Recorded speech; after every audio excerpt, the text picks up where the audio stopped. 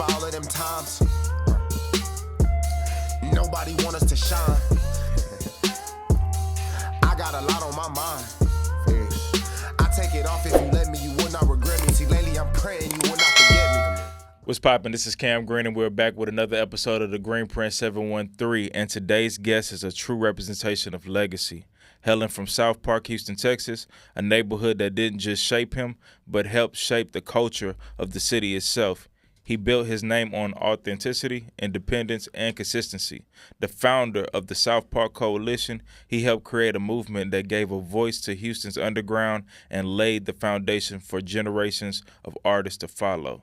Known for powerful records like The Game Goes On, and with a catalog spanning decades, he's remained one of the most respected and prolific independent artists in hip-hop, proving that ownership, discipline, and vision can outlast trends, deals, and industry cycles. Beyond the mic and beyond the music, he continues to elevate culture through his platform, Underground Dialogue Podcast, using his voice to educate, challenge, and persevere truth. Because real success isn't just measured in moments. It's measured in longevity, impact, and what you leave behind. South Park Roots, independent foundation, a Houston legend. Here today to give us his green print, the one and only K-Rino. My brother. Yes, sir. How you doing, man? I like intros like that, man. I appreciate that. Yes, I appreciate sir. that, brother. How you feeling, brother? I'm blessed, man. Glad to be here. Honored to be on your platform. And just an honor, my brother. Thank you for having me. I'm happy that you're here. Listen, like when you talk about monuments of the city, man, like you a living legend, and you in my presence. So you blessing my podcast. You made my day today. I ain't gonna lie to you. No, I appreciate that. Yes, sir. Yes, sir. So before we get into it, I seen Bun B recently was on Nightcap with Shannon Sharp and Ocho Cinco, and they asked him what was his top five, even though they added a five. So they asked him about the Mount Rushmore of Houston hip hop scene. Yeah. The very first name he came out the gate saying was K-Rino, and said that you were the epitome and the foundation of what Houston hip hop rap was supposed to be. How did that make you feel? It's an honor because Bun, I call him the ambassador. He's the guy who travels all around the country, all around the world, representing for our region, representing for H-Town, representing for the southern region. And he always mentions my name. Man. Scarface always mentions my name. Zero always mentions my name. So it's an honor for me to have all-time greats like that, because Bun is definitely one of the all-time greats. And for him to be somewhere across country and for my name to enter into his mind when those types of questions are asked of him, then that's an honor for me, because I respect his pen and his lyricism as well. So somebody that, like I said, that's an all-time great to mention me, it's beautiful. But and a lot of times if I don't see those episodes when they happen, everybody's hitting me up like crazy, because they know what it means to have somebody of that caliber to shout me out. So I appreciate Bun for that. Yeah, and the crazy thing about it, I seen that episode, but prior to that episode, my first time seeing you in person was at the Houston Symphony for Killer Mike. Yeah. And you was with Bun. Right. So that was the first time, and I was like, man, that's K-Rino. Like, that was my first time. I was like, you know what? I'm going to play it cool. But next time, I feel like I'm going to see him again. So, and look how the dice roll, you man. never know. Yeah, you never know. That's a blessing. And I just think that the respect, it just permeates. It spreads because, we were there to show love to Killer Mike and another great. And Bun just happened to be there. I just happened to be there, and just a beautiful thing. And it's great because I don't see guys like that all the time, even though we all from the same area. But when I do see them, it makes it special every time, even though these are guys that I've been knowing for decades. We're not around each other every day. Wow. So, yeah. Now, before we get all the way into it, what is that camaraderie or that relationship like with, a Houston, Texas artist versus, you know, with the Atlanta artists. So, you know, Killer Mike being a prolific Right. name in the Atlanta rap scene, and then coming to the H and having that love and having a lot of Houston legends show up to his show. Like, what's that relationship like? Well, I think it's a situation where we respect each other's hustles because being from the same region, even though we're not from the same city or same state, we are from the southern region. Absolutely. And we understand the struggles that southern rap artists had in the beginning, being accepted, being respected on a national and worldwide level. You know, the East Coast and the West Coast, they didn't always embrace us in the beginning. Now, it's not like that. They do embrace us now, but we kind of relate to each other's struggle. And a guy like Bun, we talk about UGK, we talk about Face, those were, and the Ghetto Boys, Willie D, Bushwick, those were the two groups that kind of really put the South on the map as far as just getting out there in the early 90s and gave any other Southern region artists kind of a view of like, you know what, we can actually do this on a grand scale. So the respect that Atlanta artists have for Bun and for the Ghetto Boys and Face, you know, I've seen that for decades. I've seen that for years because they've always paid homage.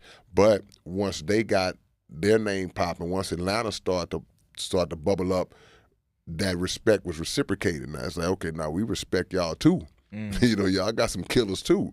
So it's just a kinship that I think that Houston and Atlanta have. You know, despite even the back in the days with Pimp C's and saying anything, I don't even think that mattered. You know, at the time, you know, maybe, but it's just a kinship that I think Atlanta and Houston artists have. Absolutely. And, you know, Pimp stayed in Atlanta at Yeah, one no point in doubt time. about it. No doubt about it. Yeah. Absolutely. Yeah. All right, so this segment is called The Green Print. Yeah. Are you ready? Mm-hmm. If someone was to do a biopic on your life, what would be the name of it? Man, it would be, I guess we could call it Out the Mud.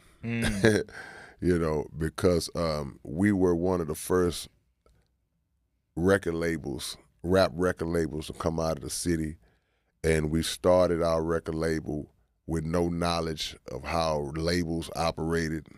You know, we didn't know how to do anything. We didn't know how to operate inside of studio.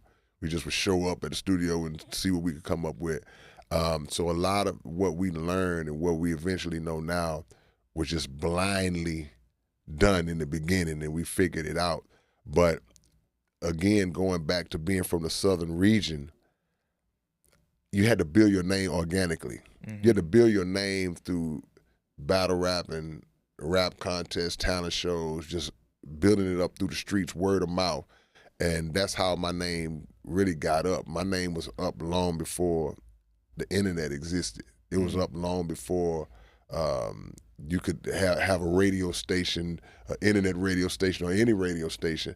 So those are some of the things I look at when I look at my career. I thank God for it, because it's like, man, it's like almost like a miracle that this happened for somebody who, you know, didn't go to college. You don't go to school to rap. Yeah. You know, you just do it. And all of the artists that are from our region and any underground artists, they have that in common, where it's like they built up names and brands and businesses just off rapping from the mud. So that would probably be the first thing I thought of as far as a title. Okay, now what's that opening scene like? Like, take us through there. What song is playing? What's that opening scene? Yeah, you got to go back. You got to go back to 9-10-year-old K. Okay. Listening to Rapper's Delight. And knowing all the words to it when I was 10 years old, you know, just rapping it like I wrote it. You know, it would have to start like that. And then you move forward into the Grandmaster Flashes and the Run DMCs and all that. But yeah, that opening scene would be a little 10-year-old boy going hip hop, a hip hop, you know, just knowing that whole song like that. Man, okay. Yeah. Now, when did you actually start to fall in love with hip hop and say, you know what, I can do this? Yeah, I was 13 when I decided to do it. Okay. So you're talking maybe 1983, and like I said, I was a big fan of Curtis Blow and Grandmaster Flash and all that. So I just sat down one day and I tried to write. Well, I wrote a rhyme. I say tried to because it wasn't that good. But yeah, that's when I first thought about just wanting to create my own. But I guess maybe a year later, I had a few rhymes under my belt that I had in store. But a friend of mine that was really taking it more seriously than I was at the time, we were in middle school and he had just battled a guy and the guy destroyed him. So he came and sat next to me on the bleachers. I didn't even know he had battled the guy. He just came where I was. He was like, yeah, man, I just lost this rap battle. And I was like, for real? Like, yeah, man. The dude took me out. I said, where he at? He's like, they out there, wherever we was, out in a little lunch area. And I said, let's go out there, man. And I had this one rap that I felt pretty confident about. And then I just went out there, I challenged the guy, and I beat him with the one rap. So when that happened, I was like, okay, all right, you know what? These people that are crowded around watching me do this, they don't know me, they don't have anything invested in me, and they responded in a way it was like, oh, he's good. So that when that bug bit me, I was gone after that, you know, and I never looked back after that. Man, that's beautiful. Now, when did you actually come on to the scene? Like, what year was it that y'all actually started to get noticed? So you started in 13, but what year was it that people said, okay, nah, this K-Rino, like, he coming up on? It was high school, man. When I got to high school, now this 85, I'm in the 9th grade, and I'm battling. Now I have a bunch of battles under my belt. I'm battling. I'm going to talent shows. I'm traveling around the city, going and sneaking in clubs. I'm not even old enough to be in these clubs, and I'm winning these talent shows. So now your name is circulating. Now people are talking about you, and that's when it started to go. You going places and people knowing who you are and all that at that age. So the thought came around 86 to think of, you know what, man, I want to try to put a record out. And that was something that was almost unheard of coming out of Houston. The only people that put records out, you had to be LL, Run, Houdini. You know, you're not putting records out as a local guy. But my dad, he was a guy who was like, man, all you had to do was tell him what you wanted to do. And if he saw the vision with you, he was going to put his money where his mouth was. So I was riding with him one day, and he was like, man, you know, like, what you want to do? I'm like 16 years old, and I was like, man, I want to rap. I want to put a rap record out. And he didn't say, man, I don't know about all that. Nah, he was just like, all right. And I was like, for real? So he, like I said, he put us in studio. He would just take us, because I was in a group at the time with a couple of my homies. He would just take us to the studio and just drop us off. All right, y'all going, and then we would just be in there just messing around in there with engineers who, you know, rap is new at the time. So engineers who, we trying to tell them how we want to beat the sound, it ain't coming out right, you know, all these different things. So that was our origins. Eventually, my dad, he met some guys that were musicians, and he brought those guys in to kind of help us along, you know. And we didn't, excuse me, we didn't really like the music they made in the beginning because it had too much instruments in it. We wanted the 808, we wanted, you know, the sound of that time. Yeah. But he knew to bring people in that could guide us, so all we had to focus on is the writing. So 86, going into 87 is when we started actually going into the business side, the recording and all that. In 87, we put our first record out. One of the first rap records come out of the city. I was in a group called Real Chill, and we put that record out in 1987. I was still in high school. Wow. So you still pulling up in high school, and they hearing you. Yeah, like I say, this was unheard of to have. You had the original Ghetto Boys. Yeah. You had us, and maybe a couple of other groups that had put out singles here and there. But we were among a small handful of artists from the city that had actually put a record out.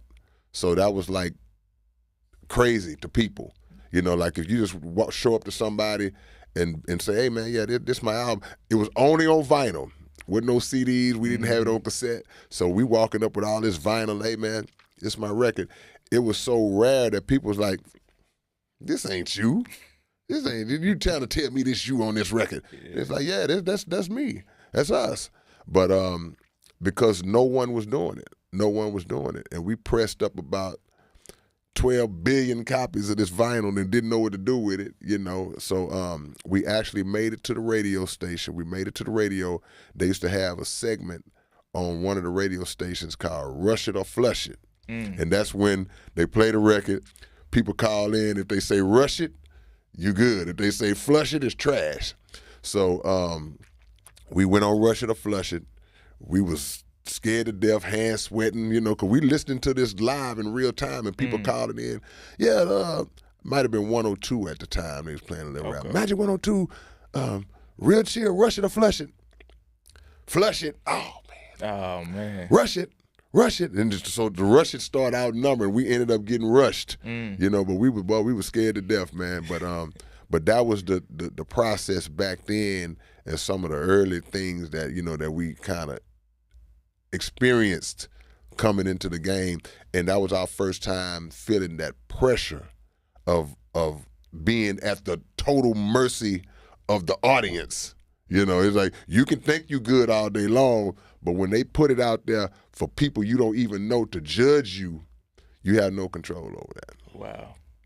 So at that time, the radio station was 102. Was 97.9 back 97.9 wasn't around then. They wasn't around then. We had 102, and they played a little rap. It took them a while to kind of get into rap. That was another station that came before 102 that they were gone. It's called Love 94, but they never made it to playing rap. Okay. 97 came a few years later, but at that time, I believe it was only 102. So, man, you really got to witness the birth of Houston hip-hop. No question about it. No question about it. I grew up around people like Wicked Cricket, OG Wicked Cricket, salute, R.I.P. to our OG.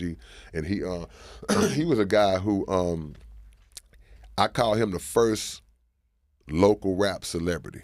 Wow. Wicked Cricket was the first guy that was in Houston that had the chains, the rings, you know, he way back then. And he would show up to parties and the clubs and he would get on the mic and rap, he would freestyle. Everybody knew him, everybody. So long before I even put anything out, everybody knew Wicked Cricket. So anytime we went somewhere and we saw him, it was almost like seeing LL Cool J or something. Oh, that's Wicked Cricket, that's Wicked Cricket. You know, but eventually it came full circle because my dad, like I say, my dad, he's the type of person, he gonna put the people in place that you need in order to make it work. So we had a photo shoot in the group I was in. We had a photo shoot. We show up to this photo shoot to do our promo shots, and we get into the photo shoot room, and Wicked Cricket is in there, and we like, oh man, like we like tripping, like we can't, like what is he doing here? And he was there because he had all these gold chains and rings and watches and all this. And he was there because we were going to use his gold chains and stuff to take our pictures. So we was capping way back then. And so I would take my picture, have on all Wicked Cricket's chains and put the rings on. And then when it was my partner's turn to take his picture, I'd take them off and he put, so we all wearing the same stuff. But it was just big for us to be able to wear Wicked Cricket's chains. Yeah. You know, and after that, you know, he was like big brother all the way up until the day he passed. Now, it was y'all, Ghetto Boys, and a couple of other groups that was coming out at the time. Was it camaraderie back then, or was it more competitive, or like let's battle, let's you know? Yeah, it was no camaraderie back then. Yeah, it was straight let's the battle. North and South or something. Yeah, yeah. Well, you know, I don't even think it was. I think it was North and South just by chance, just because they were on the North Side, we on the South Side. But it never really crossed my mind early on that. No, North Side. It wasn't like that. It was just like some more rappers from the city, got a record out, got a name. We instantly rivals just by that. that's how my mind worked, and that's how their mind worked too. Because the original Ghetto Boys is Jukebox, it's Johnny C. Bushwick was in the group, but he wasn't rapping at the time. But it was something between just me and Jukebox. It just that tension was there. And Jukebox hung out with another great rapper named Raheem, who also had a record out, Raheem the Vigilante. And he's the first rapper to sign to have a major deal. He was all those were Rap-A-Lot, but they signed a major deal. But Jukebox and Raheem, they hung out. So some Jukebox and Raheem, we just clashed for some reason. So it was always a competitiveness between us and those guys that turned into Number Love later on. It's just funny when we think about it now. But it was any rapper, not just them. If you saw some dudes on the bus rapping, we are instantly enemies because you rap. If we saw some dudes in the mall that may have had some sweatsuits on that look like they rap, we gonna find out if they rap, and if they do, we are enemies. That's just how it was. It's like lions and hyenas, man. That's just how it was back then. But that sharpened us. That made us the artists that we were, because we come up with a different kind of energy. We come up with a competitive energy that a lot of rappers may not come up with now, because we was fighting for our life back then. Wow. And I was so crazy, man. I would tell people, man, I'm gonna come to your neighborhood and beat you in front of your own people, and would do it. But it just was crazy how that mindset was. Everything was about that will to be the best. You wanted to be the best rapper that you could be. So you had Raw Flush, you had the Ghetto Boys, you had Willie D, you had Romeo Poet, you had all these different rappers, man, that were doing their thing. Jazzy Red, so it was just so many great rappers back in the days in Houston, long before it was an industry. Rap-A-Lot had that foresight, Jay had that foresight to create an industry out here long before any of us was even on that level. We came along shortly after, but Jay was like on that way back then. Man, that brilliance is incredible. Yeah. Just to see that. Yeah. Just to see it. It's like, I don't know what made him think like, I'm gonna build. It might have been the same situation, because so much rejection came from the majors at that time as it relates to down south. They didn't want to mess with us at all. So maybe it was like, okay, we'll do it ourselves. And that's what gave birth to all of these independent labels that popped up later on into the 90s with Screwed Up Click. Yeah. Well, I'm speaking locally, definitely Master P and guys like that have always credited Jay with being the catalyst for them. But locally, when you talk about South Park Coalition, Screwed Up Click, Street Military, any groups that came out and put records out, it was that necessity that we had to do it ourselves, because we come from an era of make an album, mail your demo tape to Warner Brothers, get a rejection letter, or don't hear nothing back at all, because they probably threw your tape in a box somewhere. So we were just like, man, you know what? They not gonna sign us. We got to do this ourselves. Wow. And the biggest fear that we had, I can't speak for nobody else. The biggest fear that I always had this thought in my mind, like, man, ain't nobody from Houston gonna buy our music, because they not gonna take us seriously, because it's like, man, I know that dude. They ain't gonna. And I just felt like nobody locally would support until I saw it. And I was like, oh, they will. They just gotta be jamming. If it sounds good, they'll get behind it. Wow. Yeah. Yeah. And Jack was a young man doing that. Like, for it to be taken on Houston to be taken on a national level. Yeah. Like, I think, I don't know the first big record to come out. I think, was it Mind Playing Tricks on me? Well, I'll say this: Mind Playing Tricks was the first big record to blow up. Okay. But before that, Scarface had a single that was called Scarface. Yeah. And that record was the first record I saw that the whole city got behind. Like, man, everybody in the city loves this record. Everybody in the city knows the word. When it comes on in the club, everybody's losing it, going crazy. That was the first record I saw that had that effect that made me go, okay, Houston will. You know, because we said, man, Houston it's like they won't support you just because they know you from here. But good music is going to transcend all of that. And when Face came out with that record, we were like, okay, we can do it. Then later on, when he joined the Ghetto Boys, and he did Mind Playing Tricks like in 1991, that's the international blow up so right there. That put Houston on the map. Yeah, because see, the Ghetto Boys, they took that version of the Ghetto Boys later on when Will and Face and Bush, they took all the bullets. They took all the arrows.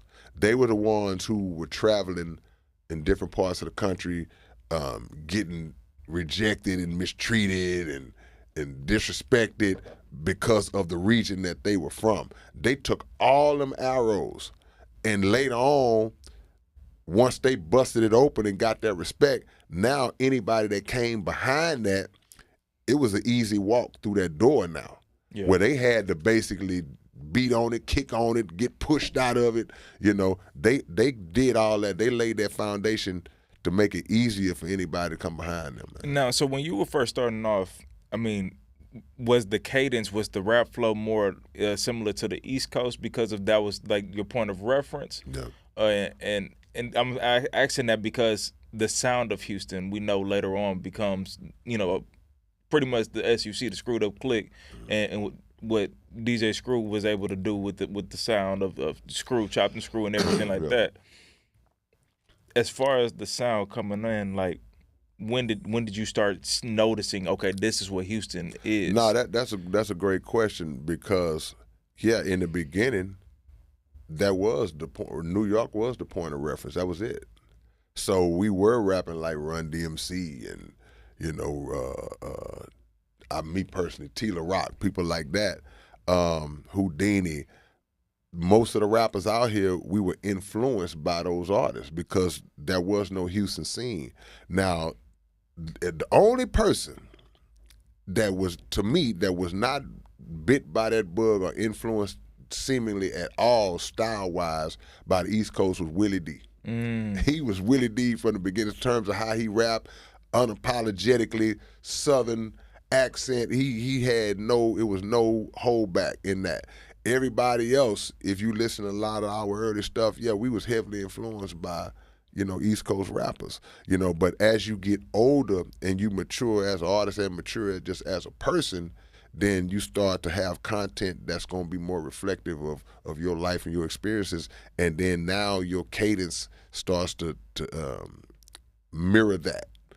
So that's what happened. That's what happened with us. It was like, that's a great question. In the beginning, that's all we had. Yeah. That's all we had. We dressed like them. We dressed just like them. We wearing warm-up suits and tangos and dookie ropes and all that. We did all that. Go look at some of those early album covers. You'll see it, But later on, the identity started to shape.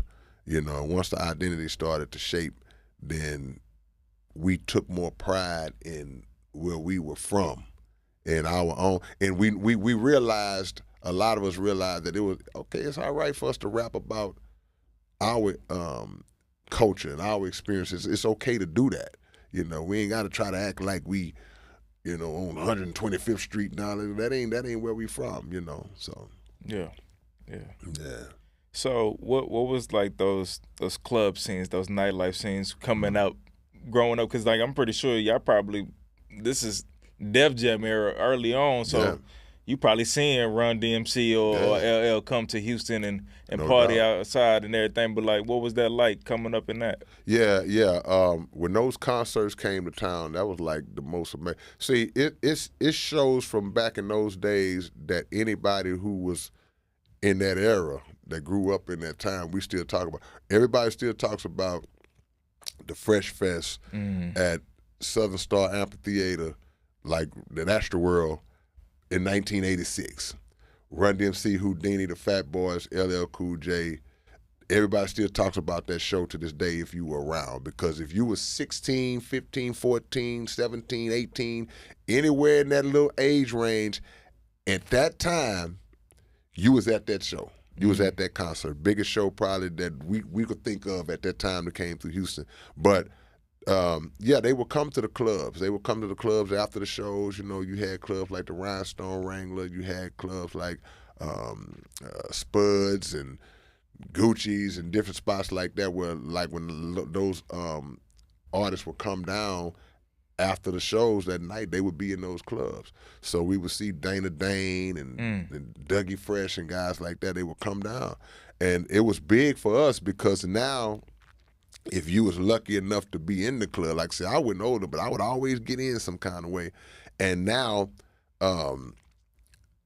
one of those guys are standing this close to you, you know, and that puts you in a different mindset because, you know, you grew up listening to these guys and they almost don't seem real to you. It's like, man, that's Jam Master Jay right there, you know. So I remember the show at the Southern Star Amphitheater, the Fresh Fest, and the show was later on at night, but that day everybody was at Astroworld just hanging out before the show, and LL and Jam Master Jay, they walking through Astroworld with the big ropes on. Now, you know, we 15, 16 years old. I was like, oh, you know, like, you know, so we just like some little young cats just in amazement to see our rap heroes like at arm's length, you know. So that was big. So when did South Park Coalition actually start? Like what year was that 1987. Okay. I was in the 11th grade, and the guys I hung out with, the guys I rap with, I just wanted us to have a clique. It's like, man, we got to be something. We were not all in the same rap group, but we were in the same rap organization. We just didn't have a name. So when I came up with South Park Coalition, that was just so all of my guys, we could all be under one umbrella, regardless if he's a solo, those two in a group, us three in a group, but we were all under one umbrella. So 87 was that year. 87 was one of the probably one of the most important years, you know, of my career, because a lot of that stuff happened. So many important markers that happened that year. Starting South Park Coalition, putting out our first record, linking up with Gangsta Nip, you know, and the Jones High School rappers. All this stuff happened in 87. So 87 was a big year as far as just being one of the years that initiated a lot of our history, you know, moving forward. Now, you've been in this for some decades now, Yeah. so you got some skin in the game for real. But what is the key to longevity for these upcoming, you know, artists? And yeah, the key to longevity is relatability and making sure that your content is always relevant, that your content is always something that's gonna connect with people. You know, you don't want to be outdated in your content. You know, you want to make sure that your content is timeless. If you're speaking on something that people are gonna feel 20 years from now, that people can relate to 20 years from now, then you got a good chance to be around 20 years from now. Even if you stop, you know, which I don't like when people stop, but if you stop, now you made something 15 years ago that people are still discovering and getting something out of.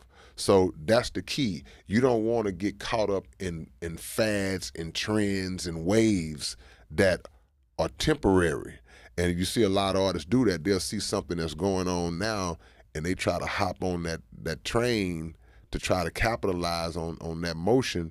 And it's something it's cotton candy. It's going to dissolve at some point. So now you've committed yourself to that and you're identified as that. Nobody's really going to take you serious anymore. So commit yourself to just speaking realness, and that keeps you around. But also it's about relationships and the treatment of people.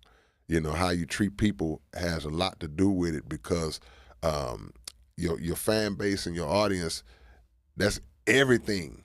You know, that's everything. And you can create a relationship with your audience that almost in a sense, is like a family. You know, if you've been in it long enough to where it's like, man, you have that appreciation for people who appreciate you. So y'all reciprocating that, and man, people will literally grow up with you. And not only will they grow up with you and your music, now their children they're gonna introduce their children to your music. They're gonna so now you've extended yourself longer into the future. So all of those are little key things that an artist should look at in terms of figuring out how to stick around and be around for a long time. Yeah. Now, what is your perspective of the current status of Houston rap or just hip hop in general? Yeah, it's changed. I don't knock the rap just 100%. You know, there's certain things I'm not really into, but Houston rappers we kind of keep it solid, you know. I don't look at a lot of the content and be like, oh man, I don't really look like that at Houston. I think what I would like to see, I would like to see us lock more into getting labels going again, Absolutely. bringing in rosters of artists again. I think somebody should really lock into that side of it because those things create movements. We don't have movements anymore. Rap a Lot was a movement. Yeah. South Park Coalition was a movement. Screwed Up Click was a movement. Swisher House, movement. All of these direct shop, all of these different entities that came out of the city, they gave people an inspiration. They gave people a purpose. There were cultures created out of those movements that still exist. So so it's like that's the one thing I think that's missing in Houston now. We don't have those movements. We got a lot of one-offs. You know, artists will come out and okay, he popped for a little bit, or he doing good, or yeah, he doing his thing. I think Sauce Walker is a good example of a movement now. Yeah. You know, but it's not enough of that. You know, not enough Sauce Walkers. You know, but just him being a guy that I would say is probably the best example currently of that. People should look at that and say, that's what we need to be trying to do. Yeah. And I like Sauce because he a lot of times does pay homage to all the time to the older Houston scene all and just everything. Like he says it all the time. I'm a product of this. Yeah. Call it like the Sauce Stuff Click and stuff like that. But just ultimately he paid that homage. So I definitely respect Sauce. Now, get into the Underground Dialogue podcast. What made you want to get into that space? Man, shout out to my brother Keisto, my co-host. Yes, sir. He had a show that he was doing some years back, and he invited me to be a guest on his show. You know, I wasn't doing none of that back as far as my own platform. And I came on the show, and he was like, oh, man, you know, you'll probably be good at being on this side of it, you know. And I was like, you know. So fast forward a little while after that, as a radio station in Houston called KPFT. It's a community radio station. And my big brother and mentor, Dr. Abdul Halim Muhammad, he had a radio show that he had been doing for years, along with another radio show, the hip-hop show called Damage Control that was on the same station. So I'd been a guest on Damage Control 1 million times. So what happened was one of my brothers from the Nation of Islam, he hit me up. He said, man, they got a spot open for a radio show at KPFT. He said, man, I throwed your name in there. And I was like, why'd you throw my name in there? He said, man, I think you could do it. I was like, nah, I ain't interested in doing no radio. And we got off the phone. 5 minutes later, I called him back. Because I just thought about it. So I called him out, like, what I got to do? What would I have to do? Nothing, man, just come and blah, blah, blah, blah. And I did it. So I think in 2018, we started doing K-Rino radio on KPFT. And we did that, I want to say, maybe 2 or 3 years. We did that a little bit past COVID. And once we did that, you know, we had a lot of guests. You could go on my YouTube channel, The Real K-Rino, and you'll see a lot of those old K-Rino radio episodes because my same homie that's the co-host now, Keisto, he was the camera guy for K-Rino radio. So we were kind of in the podcast space before we knew it because he was filming the episodes and then he would upload them onto the YouTube channel. And so you'll see interviews that we had on there with pretty much anybody you think of coming out of Houston. But I started having a few issues with KPFT in terms of how they kept shuffling our time slot. We just didn't have any control. So I let it go. And I would say probably a couple years after that, Keisto hit me up. He said, hey, man, I got a spot. We got a podcast set up. You know, he said, man, we can start a podcast. That way we're not time restricted. We're not language restricted. Not that we do a lot of crazy talking anyway, but our guests might. Yeah. You know, so the thing is, I was like, nah, and it took me a few months to move on it, but when I finally decided to move on it, came to the spot and we did the Underground Dialogue. We've been doing that for 3 years now. Man, that's a blessing. All right, Kay, I'm gonna get you out of here on this one now. It's impossible to get all of this under an hour, but we definitely got to have you back on the show. No doubt. We definitely got to have you back on the show, but I'm gonna get you out of here on this one. This segment is called Perfect Day in the H. All right. You got 24 hours in the city. What is your idea of the perfect day in Houston? Perfect day for me, I'm going to wake up about 2 p.m., which I do anyway. You done skipped everything. Yeah. I'm going to go play basketball at the gym. I'm going to win every game I play. About 6:30, I'm going to leave the gym, and I'm going to go and find somewhere that got some grilled salmon, some good grilled vegetables, some macaroni and cheese, and a big glass of lemonade. That's going to be dinner. I'm going to get a phone call that wants me to come do a feature for about $5,000, $10,000. I'm gonna come home, watch the Rockets win, watch the Rockets beat OKC in Game 7 of the playoffs. Come on now. To go to the finals. Yes, sir. And then that's it. That's a perfect day for me. I'm just laying out a scenario that if I look back and I have a day like that, I'm gonna be like, yeah, that's it. Can't get no much better than that. Is there any a favorite spot in the city that no longer exists or still exists that you like? Food place or just period? Just in general, like that symbols Houston for you that that you love within the city growing up. Man, I don't know why my mind goes straight to food, but a lot of the stuff I don't even eat no more. So it's those places are still there. I just remember the days at Club Boomerang back in the days, you know, when all the homies, we was just prime South Park Coalition years, you know. It was always cool to show up at that spot and you like ghetto celebrities, and we would do shows in there, man, you know, have ciphers and all that, man. So it was cool. I kind of miss those days, so, yeah. Man. K-Rino, I appreciate you. Appreciate you, yes, my brother. Sir, you're a living legend. I'm honored to be in your presence. And, man, I can't wait for the next episode. Man, the pleasure's all mine, Brother Cam. I appreciate you having me on your platform, man. Keep doing what you're doing. Yes, sir. Keep providing a space for artists to come and doing it in a way that's different from how everybody else does it. Yes, sir. I appreciate that. I appreciate you. Hey, until next time, it's a wrap. Peace. Yeah. Say no more. This is for all of them times